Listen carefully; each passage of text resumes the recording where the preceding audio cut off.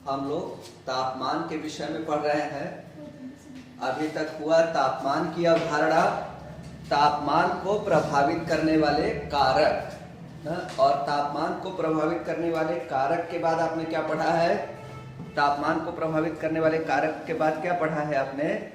तापीय व्युत्क्रमणता पढ़ा है, और तापीय व्युत्क्रमणता के प्रकार हो चुका है। तापीय व्युत्क्रमणता और तापीय व्युत्क्रमणता के प्रकार। और अब आपको क्या पढ़ना है? समताप रेखाएं, आइसोथर्म्स। आइसोथर्म्स समताप रेखाएं क्या है? एक सेंटेंस में आप बता देते हैं, समान तापमान वाले स्थानों को मिलाने वाली रेखाएं। ऐसे स्थानों को मिलाने या जोड़ने वाली रेखाएं जिनका तापमान समान है, ऐसी रेखा को समताप रेखा कहते हैं। लाइन कनेक्टिंग और joining the places having equal temperature is known as isotherm. तो समताप रेखाएं समान तापमान वाले स्थानों को मिलाने या जोड़ने वाली रेखाएं होती हैं। समताप रेखाओं का जब निर्माण किया जाता है, समताप रेखाएं जब खींची जाती हैं, तो वे किसी स्थान के वास्तविक तापमान को प्रदर्शित नहीं करती हैं समताप रेखाएं, बल्कि क्योंकि जब समताप रेखा खींची जा रही है तो क्या हो जाएगा कि एक ही स्थान पर अगर हम लोग देखें तो भारत में ही जैसे हिमालय क्षेत्र में आ जाएंगे, तापमान 0 से काफी नीचे हो जाएगा, और इसके उत्तर में अलग स्थिति हो जाएगी, उससे भी ज्यादा तापमान मिल सकता है। जहां मैदान है वहां उससे ज्यादा तापमान हो जाएगा। तो धरातली उच्चावच के कारण तापमान वाली समताप रेखाएं खींचना मुश्किल हो जाता है। इसी कारण क्या करते हैं, समताप रेखाओं के निर्माण में किसी स्थान के वास्तविक तापमान को प्रदर्शित नहीं करते हैं, बल्कि क्या करते हैं, किसी भी स्थान के तापमान, जो तापमान है, उसको मीन सी लेवल पर रिड्यूस करके देखा जाता है कि अगर ये स्थान ऊंचाई पर है और तापमान है इसका माइनस में, तो यही स्थान अगर मीन सी लेवल पर हो जाएगा तब उसका तापमान कितना होना चाहिए। अर्थात समताप रेखाएं किसी स्थान के वास्तविक तापमान को प्रदर्शित नहीं करती हैं, बल्कि क्या करती हैं, उस स्थान के तापमान को मीन सी लेवल पर ला करके, परिवर्तित करके उस स्थान के तापमान को समताप रेखाओं में प्रदर्शित किया जाता है। तो इसी कारण अब क्या होता है कि जैसे किसान है, तो किसान तो सीधे किसी स्थान के वास्तविक तापमान के ही आधार पर खेती करेगा। अब मान लीजिए किसान का खेत है पर्वतीय ढालों पर, तो पर्वतीय ढाल के अनुसार उसका तापमान वहां पर वास्तविक तापमान कम है, लेकिन क्या होगा कि जब समताप रेखा खींची जाएगी तो उसके खेत से गुजरने वाली जो अक्षांश रेखा है, उसको देखा जाएगा कि उस अक्षांश रेखा पर अगर वो मीन सी लेवल पर हो तब कितना तापमान होगा। अगर उस स्थान का वास्तविक तापमान जो है ऊंचाई पर है, तो उसको मीन सी लेवल पे ले जाकर के तापमान को कैलकुलेट करके और फिर उसको समताप रेखाओं के निर्माण में लिया जाता है। उस तापमान को, जो उस स्थान का वास्तविक तापमान नहीं है, बल्कि उस स्थान के मीन सी लेवल के तापमान को प्रदर्शित करना है। और इसीलिए आईएएस में क्वेश्चन आ चुका है कि समताप रेखाएं किसानों के लिए यूजफुल नहीं होती हैं। क्यों? क्योंकि किसानों को खेती करने के लिए किसी भी स्थान के वास्तविक तापमान की जरूरत होती है, जबकि किसानों के खेत अलग अलग तरह के, किसानों के खेत अलग अलग एलिवेशन पर है, ऊंचाई पर है। और समताप रेखाओं के निर्माण में क्या करते हैं कि उस किसी भी स्थान के वास्तविक तापमान को प्रदर्शित नहीं करके, बल्कि उस स्थान के तापमान को माध्य समुद्र तल पर क्या होना चाहिए, कैलकुलेट करके, गणना करके ही तापमान को लिया जाता है। इसलिए समताप रेखाएं किसानों के लिए यूजफुल नहीं। अब क्या होता है कि आपने पढ़ा है कि तापमान को प्रभावित करने वाले कारक आपने पढ़ा था इसके पहले। तापमान को प्रभावित, किसी स्थान के तापमान को प्रभावित करने वाले कई कारण हैं, लेकिन देखा गया है कि जो समताप रेखाएं हैं, इन पर सर्वाधिक प्रभाव किसका पड़ता है? अक्षांश रेखाओं का। अक्षांश समताप रेखाओं के निर्माण में अक्षांश रेखाओं का सर्वाधिक प्रभाव पड़ता है।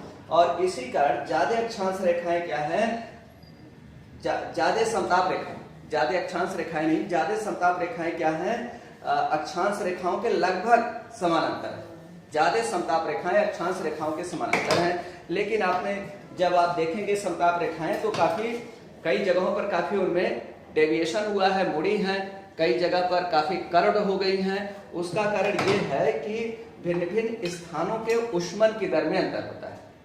एक ही अक्षांश पर कोई स्थान है जो मीन सी लेवल पर है और मैदान है, लेकिन उसी स्थान पर अगर मीन सी लेवल पर ही कोई पठार होगा तो उस पठार की जो चट्टानें होंगी उनका एल्बिडो अलग होगा, सूर्यातप के अवशोषण की क्षमता अलग होगी, इसलिए वहां पर तापमान मैदान की अपेक्षा भिन्न हो जाएगा।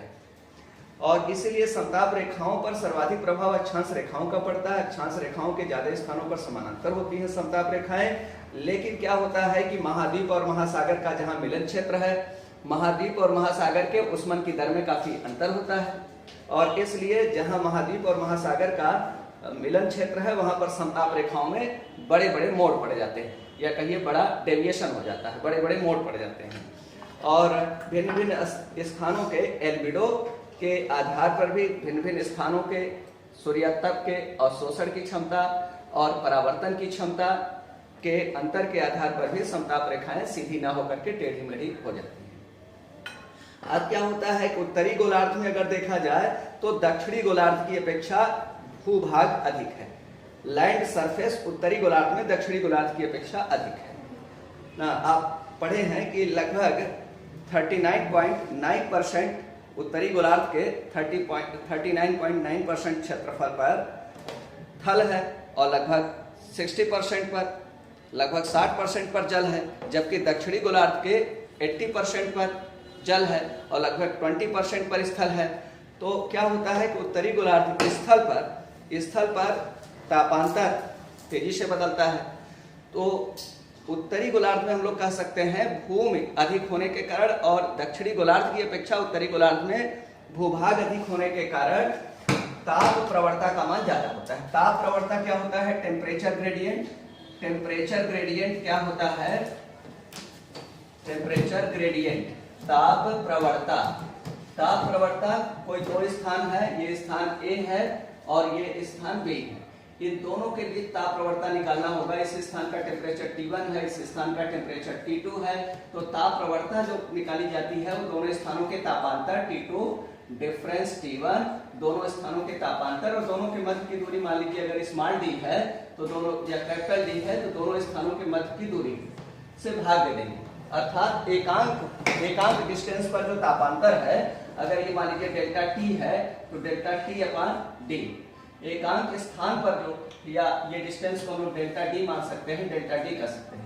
एकांक स्थान पर उत्पन्न तापांतर को ही ताप प्रवणता कहते हैं।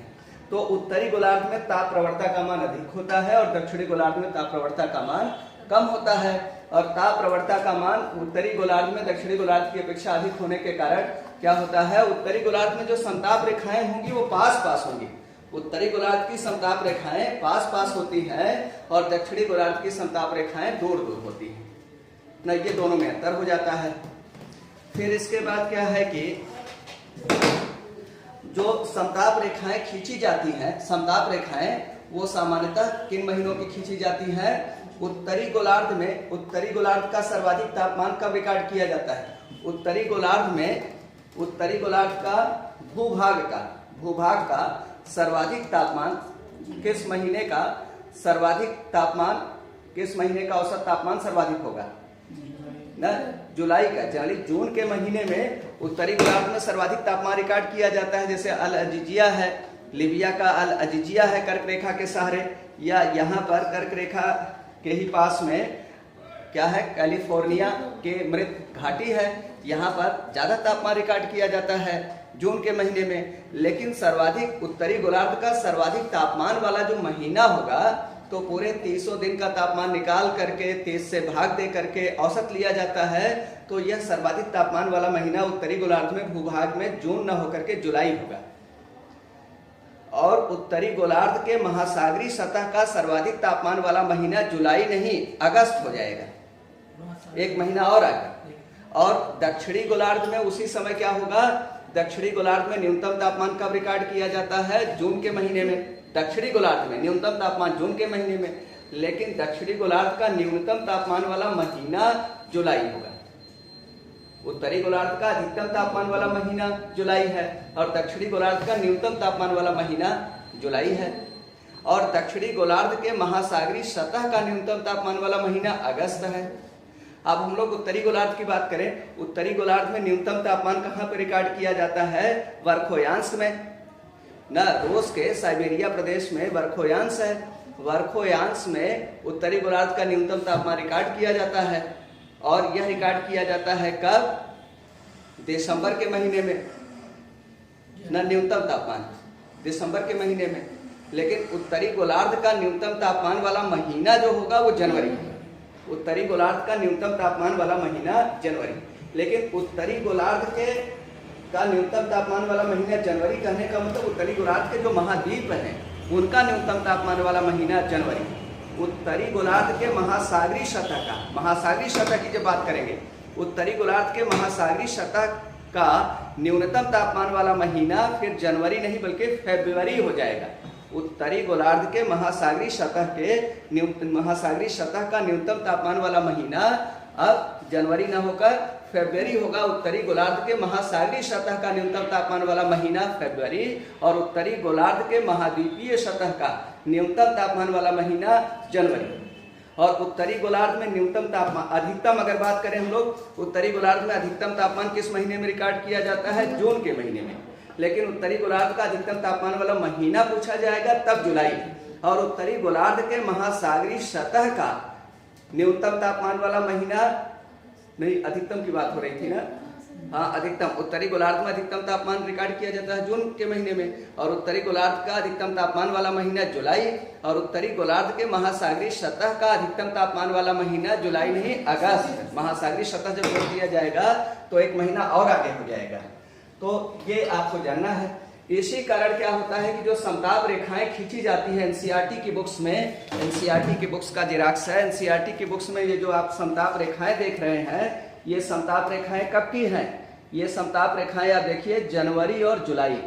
आपसे इंटरव्यू में ये प्रश्न पूछा जा सकता है कि एनसीईआरटी की किताबों में या जो भी आप क्लाइमेटोलॉजी की किताब पढ़े हैं उसमें केवल 2 महीने की ही समताप रेखाएं क्यों प्रदर्शित की जा रही है, जनवरी और जुलाई की? क्योंकि जनवरी उत्तरी गोलार्ध का न्यूनतम तापमान वाला महीना है और दक्षिणी गोलार्ध का अधिकतम तापमान वाला महीना है। और जुलाई उत्तरी गोलार्ध का सर्वाधिक तापमान वाला महीना है और दक्षिणी गोलार्ध का न्यूनतम तापमान वाला महीना है जुलाई ना। दक्षिणी गोलार्ध, उत्तरी गोलार्ध का तो अधिकतम तापमान वाला महीना जुलाई और दक्षिणी गोलार्ध का न्यूनतम तापमान वाला महीना जुलाई। तो इसी कारण समताप रेखाएं जो एनसीईआरटी की किताबों में जनवरी और जुलाई जो 2 एक्सट्रीम कंडीशन है मैक्सिमम और मिनिमम की, उसी की समताप रेखाएं एनसीईआरटी और क्लाइमेटोलॉजी की किताबों में प्रदर्शित की जाती हैं।